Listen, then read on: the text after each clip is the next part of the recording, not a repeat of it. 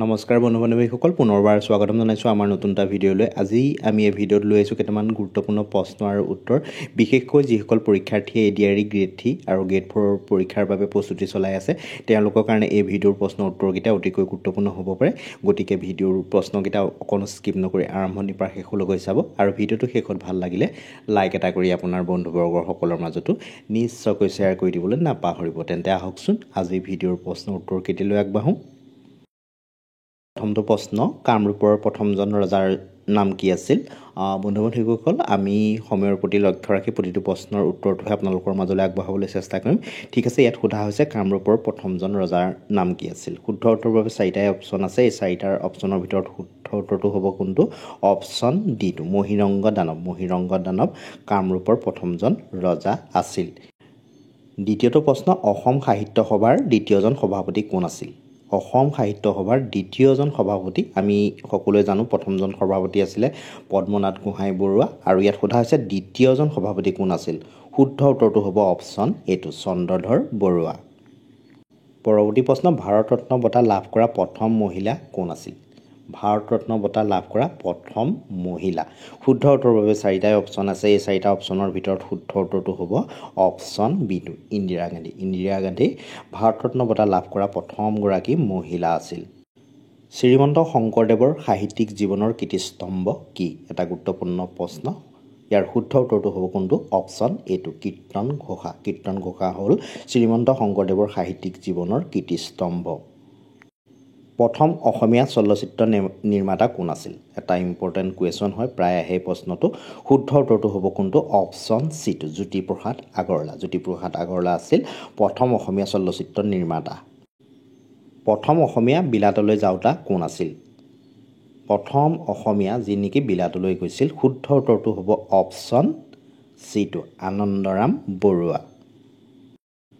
পৰৱৰ্তী প্ৰশ্ন, 1930 চনত লণ্ডনত অনুষ্ঠিত প্ৰথম ৰাউণ্ড টেবুল সন্মিলনত ভাৰতক প্ৰতিনিধিত্ব কৰা একমাত্ৰ অসমীয়া কোন আছিল? শুদ্ধ উত্তৰটো হ'ব অপশ্যন এটো, চন্দ্ৰধৰ বৰুৱা।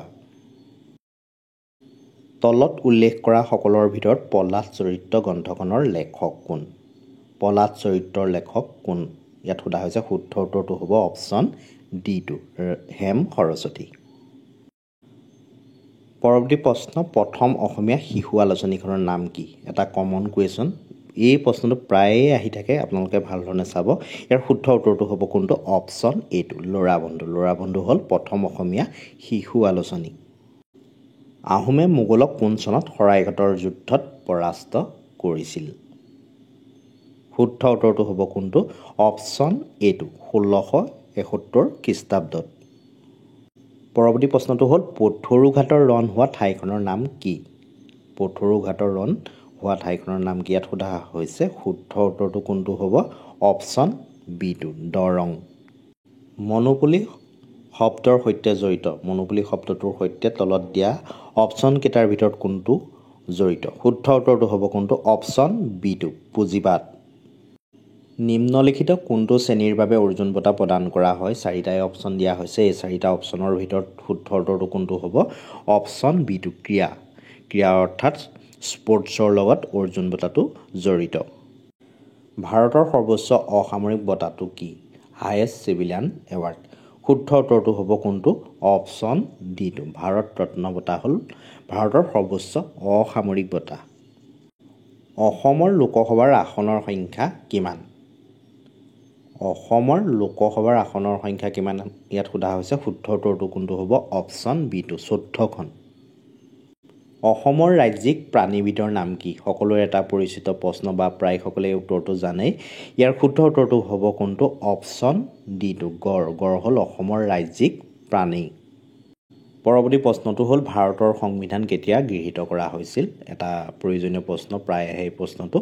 শুদ্ধ উত্তৰৰ বাবে চাৰিটাই অপশ্যন দিয়া হৈছে। এই চাৰিটা অপশ্যনৰ ভিতৰত শুদ্ধ উত্তৰটো হ'ব কোনটো? অপশ্যন বিটো, 26 নৱেম্বৰ 1949। 26 নৱেম্বৰ 1949 চনত ভাৰতৰ সংবিধানখন গৃহীত কৰা হৈছিল। ভাৰত ত্যাগ আন্দোলন কেতিয়া আৰম্ভ হৈছিল? ভাৰত ত্যাগ আন্দোলন, শুদ্ধ উত্তৰ হ'ব অপশ্যন বিটো, 1942 চনত ভাৰত ত্যাগ আন্দোলন আৰম্ভ হৈছিল। নেক্সট কুৱেশ্যন, ভাৰতৰ কোনখন চহৰক পূবৰ এথেন্স বুলিও জনা যায়? ভাৰতৰ কোনখন চহৰক পূবৰ এথেন্স বুলিও জনা যায়? শুদ্ধ উত্তৰটো হ'ব কোনটো? অপশ্যন এটো, মাদুৰাই। নেক্সট কুৱেশ্যন, ভাৰতৰ প্ৰথম উপ-ৰাষ্ট্ৰপতিগৰাকীৰ নাম কি আছিল? ইয়াত ভাৰতৰ উপ-ৰাষ্ট্ৰপতি অৰ্থাৎ ভাইচ প্ৰেছিডেণ্টৰ কথা সোধা হৈছে। শুদ্ধ উত্তৰৰ বাবে 4টা অপশ্যন দিয়া হৈছে। এই 4টা অপশ্যনৰ ভিতৰত শুদ্ধ উত্তৰটো হ'ব কোনটো? অপশ্যন চিটো, সৰ্বপল্লী ৰাধাকৃষ্ণন ভাৰতৰ প্ৰথম উপ-ৰাষ্ট্ৰপতি আছিল। প্ৰধানমন্ত্ৰী মাতৃ বন্দনা যোজনা কেতিয়া আৰম্ভ কৰা হৈছিল? শুদ্ধ উত্তৰটো হ'ব কোনটো? অপশ্যন এটো, 1 জানুৱাৰী 2017 চনৰ পৰা প্ৰধানমন্ত্ৰী মাতৃ বন্দনা যোজনা আৰম্ভ কৰা হৈছিল। পৰৱৰ্তী প্ৰশ্ন, প্ৰথমখন অসমীয়া ভাষাৰ আলোচনী অৰুণোদয় ক'ৰ পৰা প্ৰকাশিত হৈছিল? আমি ইতিমধ্যে গম পাইছোঁ প্ৰথমখন অসমীয়া ভাষাৰ আলোচনী আছিল অৰুণোদয়, আৰু এই আলোচনীখন ক'ৰ পৰা প্ৰকাশ কৰা হৈছিল ইয়াত সোধা হৈছে। শুদ্ধ উত্তৰটো হ'ব কোনটো? অপশ্যন ডিটো, শিৱসাগৰ। পৰৱৰ্তী প্ৰশ্ন, অৰুণাচল প্ৰদেশৰ ৰাজধানীৰ নাম কি? শুদ্ধ উত্তৰটো কোনটো হ'ব? অপশ্যন ডিটো, ইটানগৰ। অৰুণাচল প্ৰদেশৰ ৰাজধানীৰ নাম হ'ল ইটানগৰ। নেক্সট কুৱেশ্যন, ইজৰাইলৰ মুদ্ৰা কি? ইজৰাইলৰ মুদ্ৰা কি? ইয়াৰ শুদ্ধ উত্তৰটো হ'ব কোনটো? অপশ্যন ডিটো, নিউ চেকেল। নিউ চেকেল হ'ল ইজৰাইলৰ মুদ্ৰা। সৰ্থেবাৰী কিহৰ বাবে বিখ্যাত? সোণ, ৰূপ, লো, কাঁহ। শুদ্ধ উত্তৰটো কোনটো হ'ব? অপশ্যন ডিটো, কাঁহ। সৰ্থেবাৰী কাঁহৰ বাবে বিখ্যাত। গৌতম বুদ্ধৰ জন্ম ক'ত হৈছিল? গৌতম বুদ্ধৰ জন্ম ক'ত হৈছিল ইয়াত সোধা হৈছে। শুদ্ধ উত্তৰটো হ'ব কোনটো? অপশ্যন বিটো, লুম্বিনী। বন্ধু বান্ধৱীসকল, আমি ADRE গ্ৰেড 3 আৰু গ্ৰেড 4ৰ সহায়কৈ ভালেখিনি প্ৰশ্ন আৰু উত্তৰ ধাৰাবাহিকভাৱে আমাৰ চেনেলত দি আহিছোঁ। এতিয়াও যদি আপোনালোকে সেই ভিডিঅ'ৰ প্ৰশ্ন উত্তৰসমূহ চোৱা নাই, ইয়াৰ লিংক এটা মই ডেছক্ৰিপশ্যনত দি দিম। ইচ্ছা কৰিলে আপোনালোকে সেই ভিডিঅ'ৰ প্ৰশ্ন উত্তৰখিনি চাই ল'ব পাৰিব। ঠিক আছে, আহকচোন আমি পাছৰটো প্ৰশ্নলৈ আগবাঢ়িছোঁ।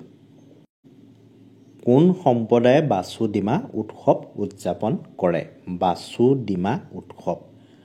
শুদ্ধ উত্তৰৰ বাবে 4টাই অপশ্যন আছে। এই 4টা অপশ্যনৰ ভিতৰত শুদ্ধ উত্তৰটো হ'ব কোনটো?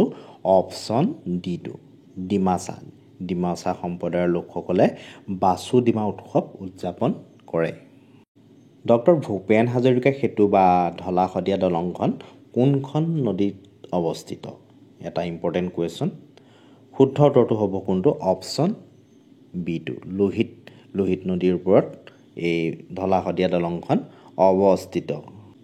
পৰৱৰ্তী প্ৰশ্নটো হ'ল ৯২ চুক্তিখন 1826 চনত কাৰ কাৰ মাজত স্বাক্ষৰিত হৈছিল? আমি সকলোৱে জানো ৯২ চুক্তি 1826 চনত হৈছিল, আৰু এই চুক্তিখন কাৰ কাৰ মাজত হৈছিল ইয়াত সোধা হৈছে। শুদ্ধ উত্তৰটো হ'ব কোনটো? অপশ্যন ডিটো, ইষ্ট ইণ্ডিয়া কোম্পানী আৰু বাৰ্মিজসকলৰ মাজত ৯২ চুক্তিখন 1826 চনত স্বাক্ষৰিত হৈছিল। অসমৰ আটাইতকৈ সৰু ৰাষ্ট্ৰীয় উদ্যানখন হৈছে? অসমৰ আটাইতকৈ সৰু কোনখন ৰাষ্ট্ৰীয় উদ্যান ইয়াত সোধা হৈছে। শুদ্ধ উত্তৰটো হ'ব কোনটো? অপশ্যন এটো, ওৰাং। ওৰাং ৰাষ্ট্ৰীয় উদ্যানখন হ'ল অসমৰ আটাইতকৈ সৰু ৰাষ্ট্ৰীয় উদ্যান।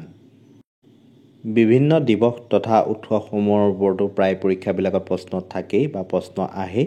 তেনে এটি গুৰুত্বপূৰ্ণ প্ৰশ্ন হ'ল কোন তাৰিখে বিশ্ব জল দিৱস উদযাপন কৰা হয় বা পালন কৰা হয়? World water day. শুদ্ধ উত্তৰৰ বাবে 4টাই অপশ্যন আছে। এই 4টা অপশ্যনৰ ভিতৰত শুদ্ধ উত্তৰটো হ'ব কোনটো? অপশ্যন ডিটো, 22 মাৰ্চ। প্ৰতি বছৰে 22 মাৰ্চ তাৰিখত বিশ্ব জল দিৱস উদযাপন বা পালন কৰা হয়। বন্ধু বান্ধৱীসকল, আজিৰ প্ৰশ্ন উত্তৰ শিতানৰ ভিডিঅ'টোৰ প্ৰশ্নকেইটা ইমানেই আছিলে। প্ৰশ্ন উত্তৰকেইটা যদি আপোনালোকে চাই ভাল পালে নিশ্চয়কৈ এটা লাইক কৰিব, আৰু পৰৱৰ্তী পৰ্যায়ত এনেধৰণৰ প্ৰশ্ন উত্তৰ পাই ৰাখিবলৈ আমাৰ চেনেলটো যদি ছাবস্ক্ৰাইব কৰে নাই তেন্তে ছাবস্ক্ৰাইব কৰি কাষতে থকা বেল আইকনটো প্ৰেছ কৰি অল কৰি ৰাখিবলৈ নাপাহৰিব। ধন্যবাদ।